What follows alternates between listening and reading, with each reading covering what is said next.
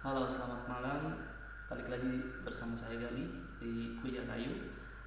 Kali ini meneruskan sesi sebelumnya mengenai penggunaan tool Aspire. Kita akan membuat sebuah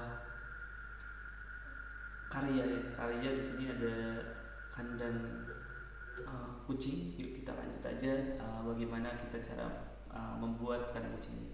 Kita bisa lihat kita punya dua ukuran kandang, yang besar dan yang kecil. Di sini kita bisa lihat juga ukurannya dalam inci, tapi kita akan buat dalam sentimeter ya. Di sini juga sudah tercantum sentimeternya berapa. Cuman kita akan custom ya. Mungkin harus persis seperti ini. Kita buka dulu Aspire. Ya, jika sebelumnya kita bicara tentang dasar-dasar penggunaan software Aspire ini mengenai bidangnya, luasnya seperti apa. Sekarang kita langsung praktek membuat sebuah karya seni ya. Di sini kita create new dulu, create new lembar kerja baru ya, new worksheet. Kita lihat kira-kira di sini kita bagi dua dulu nih supaya kelihatan dua-duanya ya. Di sini kita bisa lihat media kerjanya ya. Di sini yang depan kita akan buat mukanya dulu yang ini. Yang depan itu kurang lebih di sini kan ada 16 ya. 16 itu kalau di sini ada 42 cm tadi. Dengan tinggi 18. 18 itu 47. Berarti lebar 42 cm. Langsung saja masukkan lebar itu 42 cm. Terus tingginya adalah 47 cm. Dengan saya akan menggunakan multiplex dengan ketebalan 12 mm. Berarti ini udah cocok ya. Nah, kita langsung aja, yang lainnya nggak usah dirubah. Oke, start. Nah, di sini kita mempunyai bidang yang sama dengan permukaan depan dari kandang kucing ini. Nah, lalu bagaimana kita mengukur ini ya? Jadi kita sebenarnya kira-kira ya, karena di sini nggak ada ukuran dari bawah ke atas, dari sini ke atapnya. Makanya kita kira-kira aja, kita bikin kotak dulu. Kira-kira dari sini ini berarti ininya apa namanya? Bagian dindingnya habis seperti ini, dan kita akan buat bagian atapnya. Bagian atapnya berbentuk segitiga. Kita sebenarnya bisa buat menggunakan ini ya, draw line. Draw line itu kita akan buat dari ujung sini ke tengah ya. Ini kita benar-benar simetris ke tengah, lalu menjurus ke ujung titik yang bagian kanan. Ini pasti simetris. Oke, kita finish. Lalu kita cut beberapa line yang tidak kita butuhkan. Yang ini berarti ya. Setelah kita cut, tadi kan ada line yang kita potong. Kita punya dua garis yang ini udah join, berarti otomatis sudah join. Jadi ini berbentuk bidang baru, berbentuk seperti ini. Nah, ini kan ada tengahnya ya. Tengahnya ini kita bisa menggunakan offset ini. Kita klik dulu bidangnya, lalu kita klik offsetnya, lalu kita menggunakan inward. Di sini nah ini akan berkaitan dengan ketebalan dari ini ya, jarak dari sini ke sini itu berapa. Saya mungkin menginginkan di sini sekitar 3 cm. Kita coba dulu ya, 3 cm seperti apa. Oke, kita kasih tebal lagi 4 cm. Oke, 4 cm ya, biar aman ya. Ini kayunya nanti takutnya terlalu tipis. Kita buat 4 cm, tapi ini bagian bawahnya masih terlalu bawah. Ini sebenarnya kita bisa menggunakan masih sama tadi draw line. Kita bisa setting ini agak atas sedikit supaya tidak terlalu ringkih nantinya ketika dipotong. Oke, kita sudah punya garis. Lalu seperti biasanya kita coba cut. Nah, ini udah selesai. Ini sebenarnya secara keseluruhan udah selesai. Nah, sekarang kita butuh cut ya. Kita butuh cut semuanya, cutting keduanya, dari bagian dalam sama bagian luar. Oke, kita akan cutting menggunakan toolpad, profile toolpad. Kita cut dulu yang bagian dalam, kita klik, lalu kita klik juga toolpadnya. Kebetulan saya menggunakan toolpad Enmill 3.175 mm. Ini disesuaikan dengan tools yang teman-teman gunakan ya, dalam realnya seperti apa.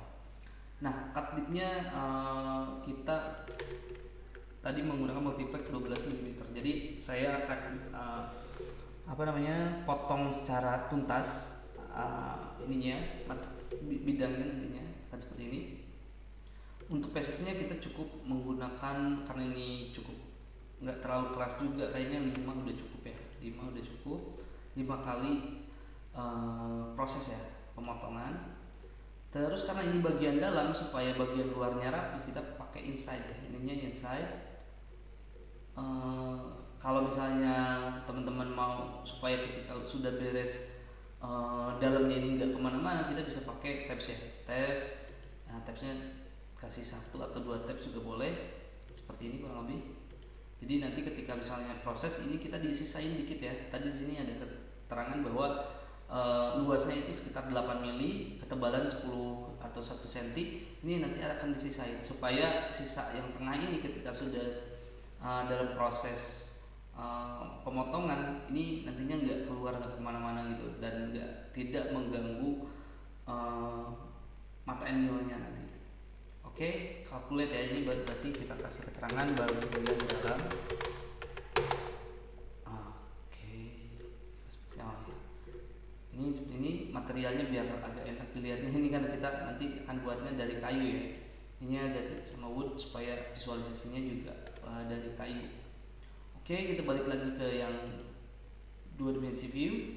Kita akan duplicate ini duplicate, tapi kita akan bedakan bagian yang dipotong. Ini bisa kita atau kita juga bisa proses manual seperti tadi ya. Tapi karena ini udah jadi, kita klik aja.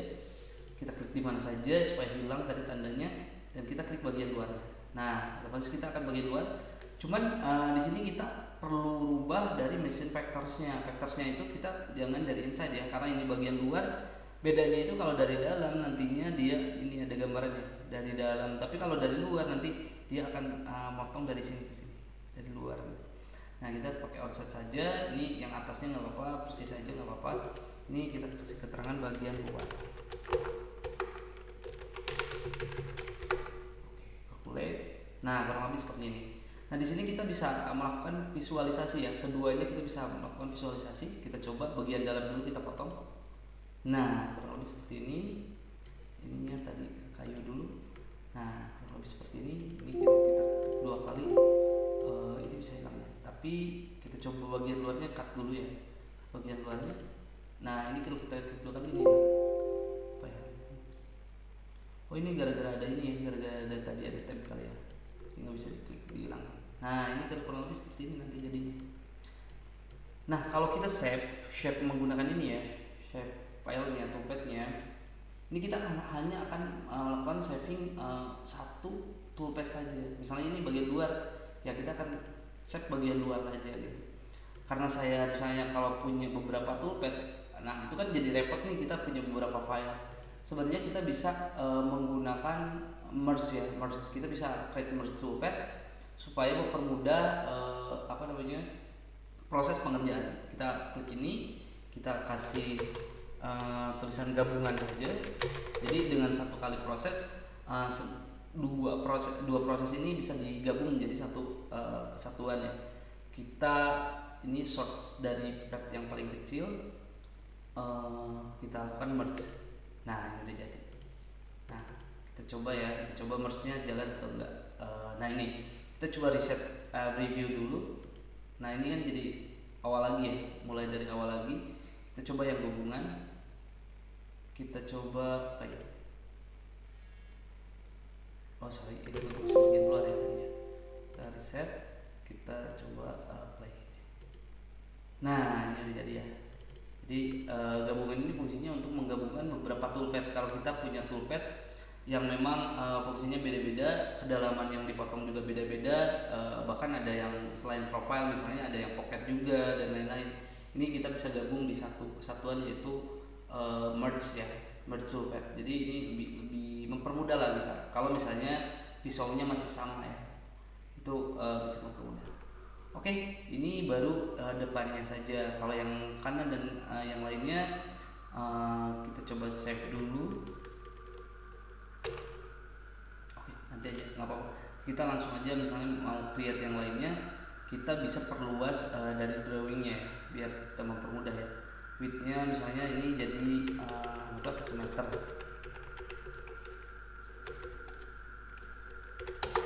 Nah ini kan bagian ini itu ngikutin ya. Ini 26, yang ini tuh lebarnya itu 18,9 yang ini berarti 48 cm. Kita bisa buat kotak dari sini, ini tingginya sama kan ya, sama. Nah ini kotaknya itu nanti kita bisa buat sama dengan ini, yaitu 18,9 inch atau 48 cm. Di sini widthnya berarti 48 cm. Yes, udah jadi.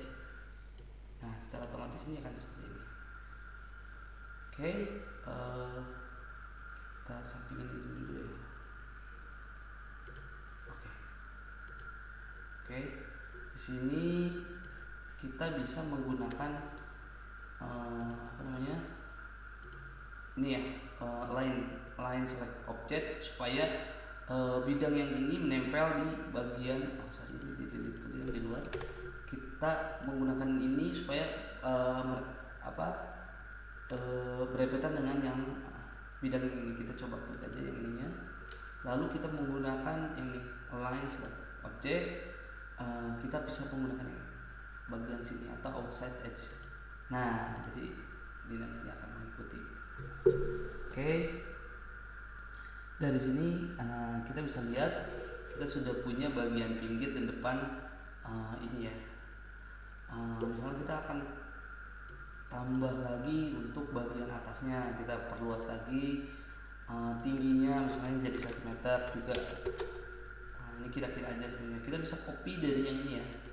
Kita copy paste karena kan bagian belakangnya sama.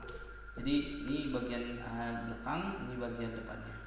Berarti kita hanya punya satu lagi ya, atapnya. Ini atap mempunyai panjang yang sama, yaitu 48 cm ke belakang dan mempunyai lebar sepanjang ini ya, sepanjang ini.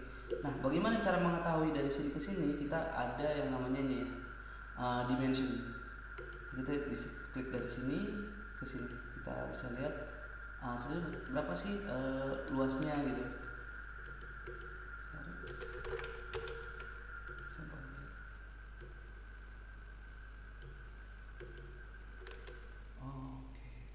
Ininya digedein dulu, ini kan kekecilan.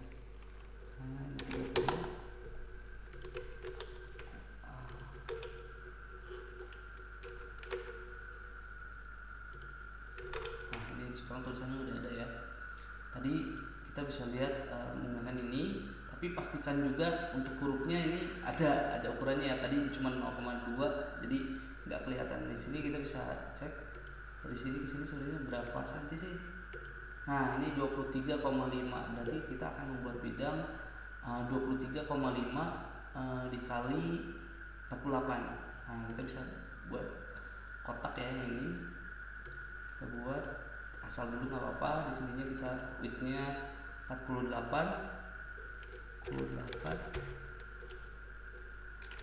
ya. Terus heightnya kita sesuaikan 23,5 ya, 35. Nah ini berarti untuk atapnya udah sesuai untuk atapnya. Oke. Nah kita punya sudah lengkap berarti ya. Cuma nanti kita tinggal duplicate aja. Yang ini untuk atap dan yang ini untuk bagian pinggir, dan ini untuk atap. Oke. Di sini kan kita punya garis-garis ya. Garis-garisnya juga sejajar antara atap dengan yang bawah. Kita coba sejajarkan dulu. Seperti biasa kita akan pakai line select object. Kita pakai yang yang ini bisa. Nah ini udah sejajar dan kita bisa menggunakan garisnya pakai kotak juga nggak apa-apa. Kita menggunakan garis kotak di sini. Saya menggunakan kan itu untuk mata bornya sendiri itu 3,175 ya, jadi biar satu kali jalan ketika melubangi, jadi saya paskan saja. Oke, apply. Di sini kita hitung ya, 1 2 3 4 5 6 7, 8, 9. Ini ada 9 garis ke kanan. Kita bisa menggunakan yang ini, namanya array copy. Jadi di sini kita klik aja langsung supaya lebih jelas. Jadi fungsinya adalah untuk copy secara reguler ya, atau secara berulang di sini. Di sini ada 9 hole, jadi kita lihat copy-nya bisa copy berdasarkan rows atau columns. Kita coba tadi 9 di sini. Ini 1 rows ya, ini jadi rows. Dan di sini ada jaraknya, jarak antar apa yang mau kita copy. Kita coba dulu di sini. Nah, sorry, ini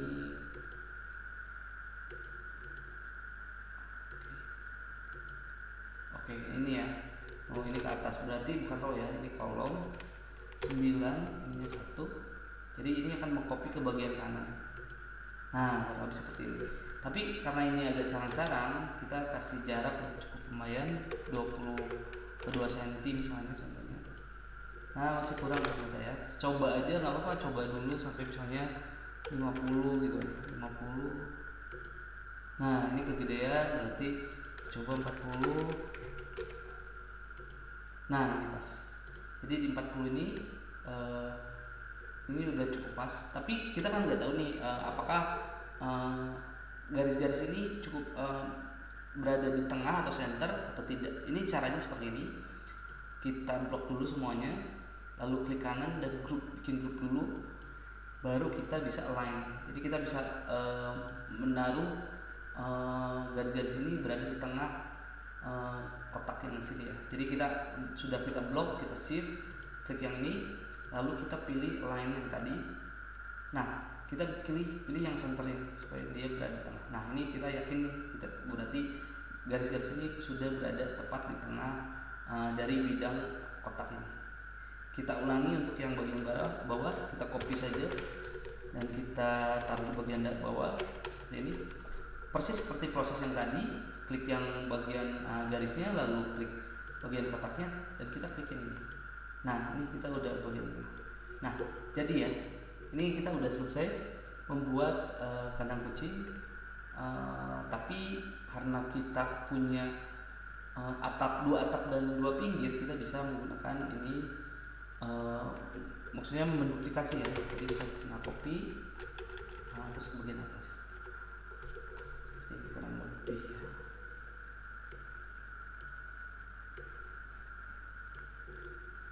Oke, karena kita ada yang kurang ya. Di sini kita kurang bagian alas bagian bawah. Bagian bawah itu 16,5 kali 18,9 ya. 18,9 dikurangi ketebalan dari ini sendiri, apa namanya, bidangnya atau bahannya. Kan ini alasnya nanti masuk ke dalam, atau kita bisa dibuat juga misalnya custom ini jadinya satu ini ya, satu lapisan berada di bawah ini, di bawah alas, jadi lebih besar nantinya, jadinya akan lebih tinggi. Nggak apa-apa, kita akan buat sebuah kotak yang ukurannya sama dengan yang dimaksud ya tadi bagian bawah. Tadi itu di sini 16,5 itu sama dengan 42 cm lebarnya, dan ketinggiannya adalah 18,9 atau 48.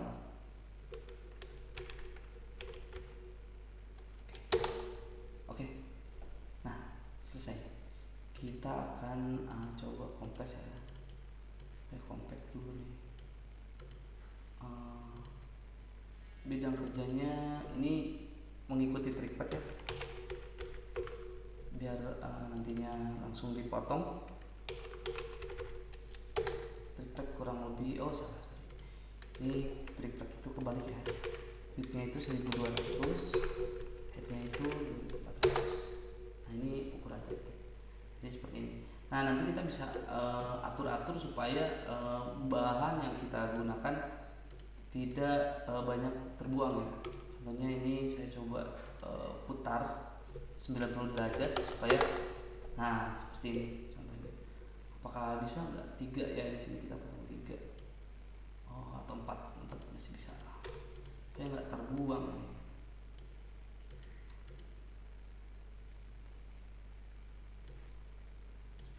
kita buang ini bisa diatur-atur sesuai kebutuhan. Coba.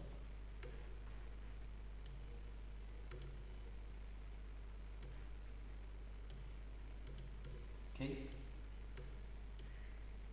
Nah, ini udah kita optimalkan, kurang lebih seperti ini ya tampilannya. Oke, cukup sampai di sini dulu. Semoga dapat membantu juga. Terima kasih atas waktunya.